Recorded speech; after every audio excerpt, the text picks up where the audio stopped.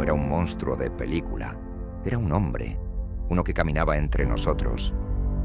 No tenía cuernos, ni capa, ni mirada demoníaca.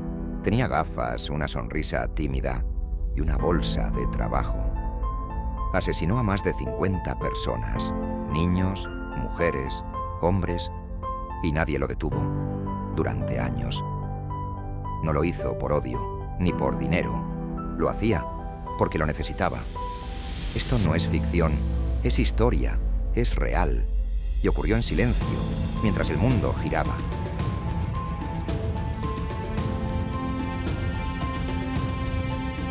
Esta es la historia de Andrei Chikatilo, el carnicero de Rostov.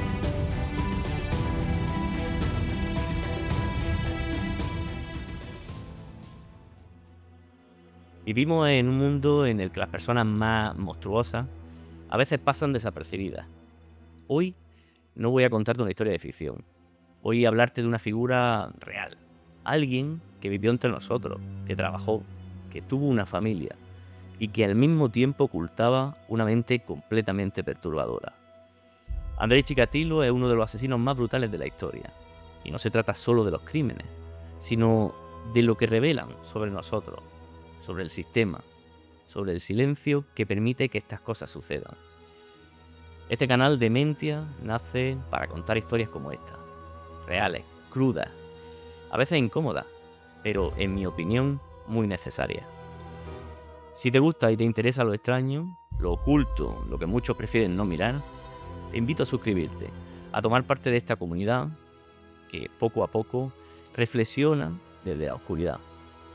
Porque al final del vídeo no solo quiero que conozcas esta historia, quiero que pienses, que te preguntes cómo pudo pasar y sobre todo, si podría volver a pasar.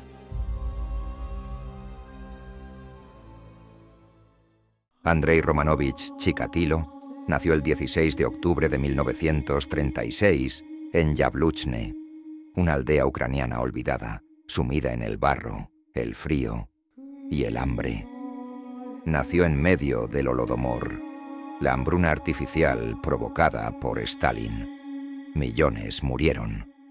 Algunos sobrevivieron comiendo lo que fuera, incluso personas. Su madre le repetía una historia cada noche, que su hermano mayor Stepan había sido secuestrado, asesinado y comido por los vecinos. Nunca se confirmó, pero la idea quedó anclada en su mente. La sangre, el cuerpo, la desaparición, todo eso fue parte de su infancia antes de entender lo que significaba. Andrei creció débil, raquítico, con los ojos hundidos y una timidez patológica. Mojaba la cama, tenía miedo al frío, a su madre, a los otros. No hablaba, no jugaba, observaba, en silencio. Su padre estaba en el frente, capturado por los nazis, y en la URSS eso era peor que morir. Ser hijo de un prisionero era vergonzoso. En la escuela lo ridiculizaban, lo llamaban cobarde, marica. En un mundo que castigaba la diferencia, Chikatilo ya era una anomalía.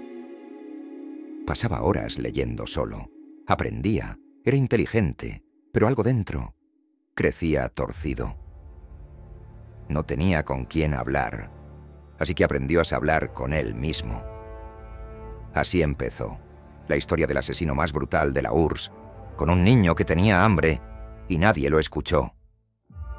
La infancia de Chikatilo fue hambre, pero la adolescencia fue vergüenza. Era enclenque, pálido, tartamudeaba al hablar, mojaba la cama incluso siendo ya mayor. En la escuela se convirtió en el blanco perfecto. Le llamaban cobarde, le gritaban maricón en los pasillos, le golpeaban y él simplemente bajaba la cabeza. Andrei era brillante, leía con devoción, estudiaba política, memorizaba a Lenin, pero su cuerpo le traicionaba. Cuando intentó acercarse a chicas, no pudo. Su cuerpo no respondía, fracasaba, se humillaba. Y entonces descubrió que el miedo ajeno lo excitaba. A los 15 ya tenía fantasías donde el poder no estaba en gustar, sino en controlar. fantasías donde el sexo no era amor, era sangre, dolor, suplicio. Nunca las confesó, ni a su madre, ni a sus profesores, ni siquiera a sí mismo. En la Unión Soviética, la diferencia era un error del sistema. No se hablaba de enfermedades mentales, no se hablaba de sexo, y menos aún, de perversiones. Chikatilo creció intentando ser uno más. Se esforzó, estudió Derecho, se convirtió en maestro, se casó, tuvo hijos. Y por fuera, lo logró. Era respetado, educado, correcto. Pero por dentro, ya era un monstruo en gestación. En los años 70, Chikatilo ya estaba casado y tenía hijos, una vida aparentemente normal. Pero en secreto, comenzó a cometer pequeños abusos. Rozaba a estudiantes. Se excitaba al verlas tener miedo. La sensación era nueva, pero adictiva. El poder, el control, el miedo en los ojos de la víctima. No podía tener una relación sexual completa, pero en el dolor de los demás encontraba placer. En 1978 cometió su primer asesinato. Una niña. La llevó a una cabaña. La atacó. Y cuando la sangre comenzó a fluir, su cuerpo reaccionó. Se masturbó sobre el cadáver. Fue la primera vez que eyaculó sin frustración. No fue detenido. Otro hombre, Alexander Kravchenko, fue acusado, condenado y ejecutado. La justicia se equivocó. La prensa cayó y el asesino salió a caminar de nuevo. Tras su primer crimen, Chikatilo se contuvo durante casi 3 años. Pero en 1981, el hambre regresó. Empezó a merodear estaciones de tren, mercados, calles solitarias, buscando rostros solitarios. Niños, niñas, mujeres, a veces hombres. No tenía un patrón claro, solo necesitaba que fueran vulnerables. Ofrecía caramelos, dinero o ayuda para cargar una bolsa. Y cuando lo seguían, los conducía al bosque. Allí se transformaba, usaba un cuchillo, a veces un palo, golpeaba, apuñalaba, mordía, les sacaba los ojos. Decía que si no lo hacía, las víctimas lo seguirían en sus sueños. Los cuerpos aparecían en los márgenes de la ciudad, en los trenes, en zonas industriales. A menudo eran encontrados sin genitales, sin ojos, a veces sin rostro. Pero la prensa no lo cubría, el partido no lo permitía. En la URSS no existían asesinos en serie. Solo errores aislados, solo accidentes, solo elementos desviados. Durante 5 años mató y caminó libre. La policía no podía ignorarlo más. A finales de 1982 ya eran 15 los cadáveres. En todos las mutilaciones eran similares, sin genitales, sin ojos, algunos sin rostro. Muchos de estos cadáveres aparecían cerca de estaciones de tren. Los agentes comenzaron a trazar mapas, a revisar horarios de trenes, a buscar coincidencias. Pero el asesino era errático. No tenía un patrón claro, ni edad, ni sexo, ni arma fija. Las autoridades crearon una fuerza especial encabezada por el inspector Fetichok y el criminólogo Bukanowski. Necesitaban una mente capaz de mirar donde los demás solo veían caos. En 1984, un avance. Un cuerpo encontrado junto a una estación mostraba fibras textiles en la uña. Por primera vez, había una pista. El KGB se involucró. Interrogatorios masivos, redadas, vigilancia secreta. Miles de hombres fueron fichados, cientos arrestados. Y entonces llegó el error. Un joven discapacitado fue obligado a confesar. Fue condenado y se suicidó en prisión. Mientras tanto, el verdadero asesino seguía matando. Pero la presión aumentaba. Y entonces algo llamó la atención. Un hombre, callado, educado, que merodeaba en las estaciones. Ya había sido interrogado una vez, pero no encajaba en el perfil típico. Ese hombre era Chikatilo. Volvieron a seguirle, esta vez con más cuidado. Más tiempo, más recursos, y al fin vieron lo que nadie antes había visto. Su rutina, su obsesión. Merodeaba las estaciones, se acercaba a chicas y a chicos. Llegó el día en el que fue arrestado, en 1990, con una cerveza en la mano mientras hablaba con un chico. Tenía una maleta y dentro una cuerda, un cuchillo y una barra de jabón. Lo negó todo durante días. Hasta que empezó a hablar. La policía no tenía pruebas directas, solo intuiciones, rutinas, sospechas. Durante días lo interrogaron. Frío, callado, irritable. Hasta que lo sentaron frente al doctor Bukanovsky.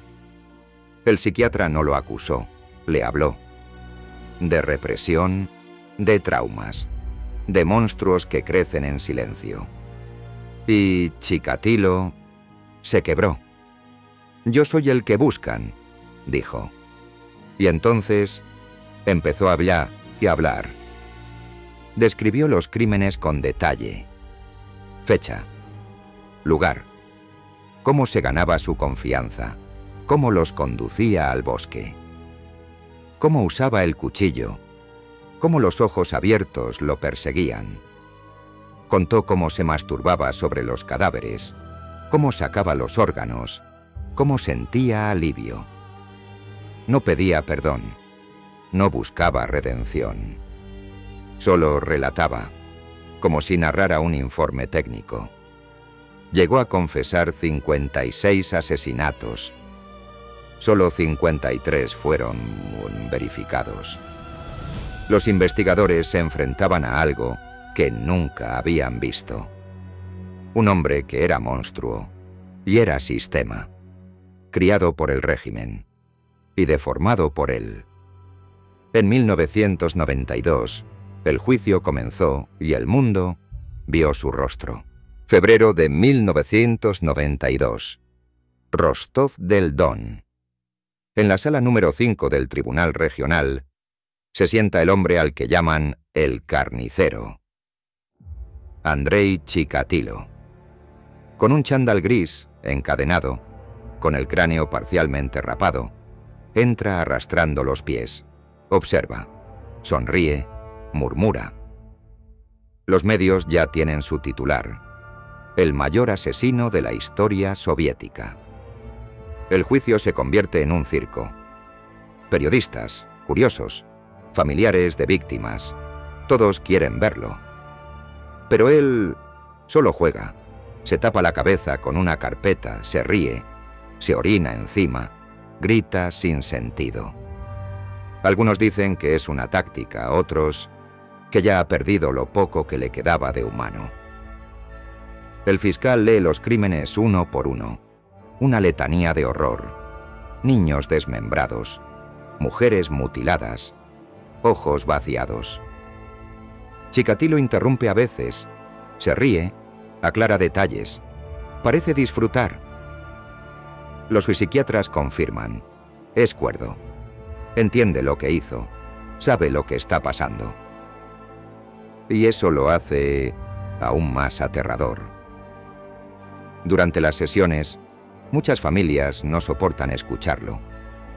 Algunos gritan, otros rompen a llorar. Uno intentó atacarlo con un cuchillo. Chikatilo, inmóvil, solo observaba. El 15 de octubre de 1992, el tribunal dicta sentencia. Culpable de 52 asesinatos. Condenado a muerte. Chikatilo no pestañea, no suplica, no dice nada. Solo una frase, casi susurrando: fue más fuerte que yo. Pasan más de 2 años. El 14 de febrero de 1994, en una prisión de Novocherkassk, Andrei Chikatilo es ejecutado con un disparo en la cabeza. Sin ceremonia, sin gloria, sin funeral. El silencio volvió a Rusia.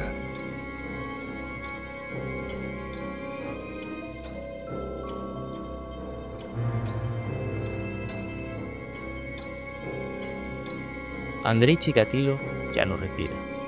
Su cuerpo fue enterrado en una tumba sin nombre. Su historia, sellada entre documentos judiciales y carpetas del KGB. Pero su sombra sigue ahí. Fue un monstruo, sí, pero no nació solo, no surgió de la nada.